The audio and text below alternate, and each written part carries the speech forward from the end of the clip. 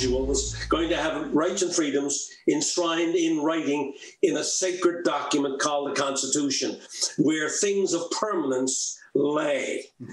Now, this is where the provinces and the federal government and a couple of courts already have gotten it all wrong. Because they're more or less interpreting the Constitution as just another piece of legislation when it's not. And by the way, the first two concepts in the Charter are, whereas this nation is founded on the principles of, one, the supremacy of God, and two, the rule of law. And after that sentence, there is a grammatical thing called a colon. Yeah. It's not a period. Right? It's not a semicolon. Right. It's not a comma. Right. It's a colon, which means everything that comes after this, right, is interpreted in the context of the supremacy of God and the rule of law. In the couple of decisions that have already come down on lower courts, because none of the higher courts have ruled on the pandemic measures yet from a constitutional point of view, these judges have completely ignored the context into which they're supposed to render their decision, the supremacy of God and the rule of law. That's why I am so vociferous today and have been for some time now and will continue to be, because I think it's up to the body politic now and people like yourself and your program, which, you know, thousands of people all over Canada watch every day. The best way now that we can change those lower court decisions is to influence the higher court judges who haven't ruled yet and the Supreme Court of Canada. I say, in Canadian terms, the hockey game isn't over yet. We're in the second period. We're in the second period, and so we still have a chance to change the outcome of the game. Our conversation, you mentioned particular sections of the Constitution, 2, 6, 7, and 15. Now, I went to law school, and I happen to know those sections. Section 2, those are the fundamental freedoms, freedom of speech, freedom of association, things like that. But for many of our viewers, they would know those sections by what they actually say. Do you want to take us through? Because you said, yeah, I agree with you. Americans love individual liberty. Like one of their early mottos was "Don't tread on me," and it was a picture of a foot on a snake, and the snake is saying, "Don't tread on me." Exactly. But I think that Canadians don't realize that our Constitution has some pretty good stuff in it. You mentioned the preamble, like Section 2, Section 6, 7, 15. There's some good stuff there that should be helping us now.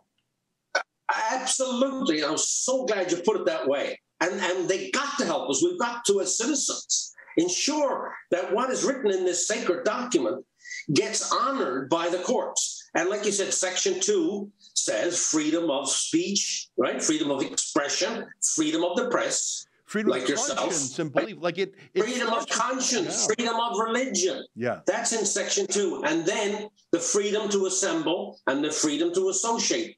They're being broken all over the place right now by the governments of this land. I mean, it is ridiculous. And by the way, we'll come to Section 1 again in a minute, but let's just do the other section first. Then we go on to Section 6. Section 6 is the mobility section, okay? Mobility. In other words, the right of a Canadian, every Canadian, no matter where they live, what? To move across Canada as they see fit. To travel across Canada or to leave Canada. That's there in that Section 6 as well. And then what's so important today, not only the travel one, but the right to pursue a living anywhere in Canada. And here we have governments laying people off right, left, and center based upon a fictitious notion that somehow the country is in peril, when the country is not in peril at all.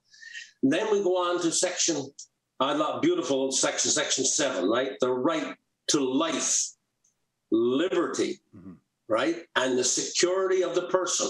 And the security of the person comes directly to the jabs, right? Yeah. It's the right of a person. A person has a right over their own person. Right. And the government has no right to coerce or force people to get one of these injections. And it is a violation of that section of the Charter. And then, if those 3 sections weren't sufficient, how about Section 15?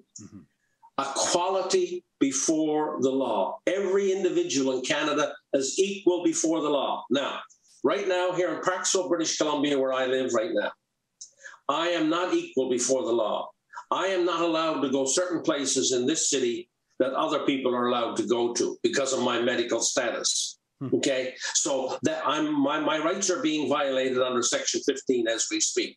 So these are precious rights that only became written in a constitution 40 years ago.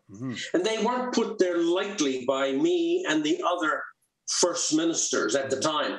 And it was our proposal, by the way, Newfoundland's proposal, that broke the deadlock on the night of the 4th of November, 1981, that led to the agreement the next day when all the first ministers met. I'm pretty familiar with this. And these proposals of mine are in my book that I published in 2012 called Someday the Sun Will Shine and Have Not Will Be No More. All of the proposals are, for the first time, were made public by me. That's an excerpt from my daily show, The Ezra Levant Show. Every day I do a monologue on the news of the day, then I interview an interesting guest, and then I read my hate mail. You gotta subscribe. Go to rebelnews.com.